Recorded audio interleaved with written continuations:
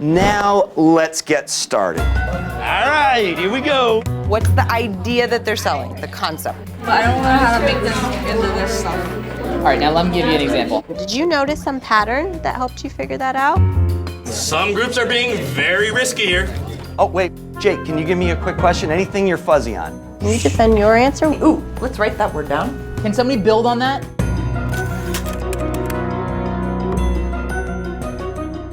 Can I push you? What's the connection here, do you think? The lesson was about being a really good critical thinker. Would anyone like to add to that? And doing that in a way that moves you into a space of intellectual curiosity. We noticed the I don'ts, I can forget. Those seem contradictory to me. They're contradictory, Yeah? but they're like similar too, because like she doesn't have to remember and she's able to forget what happened. It really forces the kids to rely on a lot of strategies that we've been working on. What we're gonna learn about today here, guys, is kind of what farming actually entails and why this is actually a difficult thing to do. These kids really need something to attach themselves to. Begin. Start doing the math, bring your sheet up, and we'll pay you guys off. Tobacco Tobacco I again? trust tobacco. The field hay. As you guys remember, most of the homesteads in America typically failed during this time period. Oh my God. Oh, so you don't have $2,000, you only have $15, $70. So here's what's gonna happen. Key goal for me is we get the kids to relate, we tell all the fun stories, and we make history seem a little bit more relevant to them. What are some words that you could use to describe? Opportunistic. Opportunistic, right. Sometimes I'll sit down with a group and I will just listen until they say something that they don't realize is really insightful.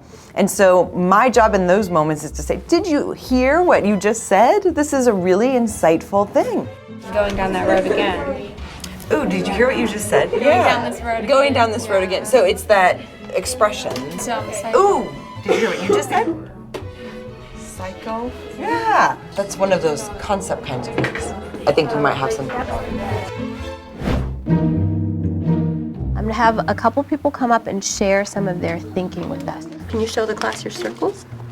We're a classroom of kids that love math. Talking to each other and talking to the teacher and sharing our ideas really builds what we understand, and we can learn from each other. Tell your neighbor what number do you think goes there and why. 300. When I have them make predictions, they have to not only tell me what number they think will come, but they also have to explain why. First, if you want to make 327, you take away the 2, then you add a 3. Today, we need to kind of dig into this speech so that we can really own it.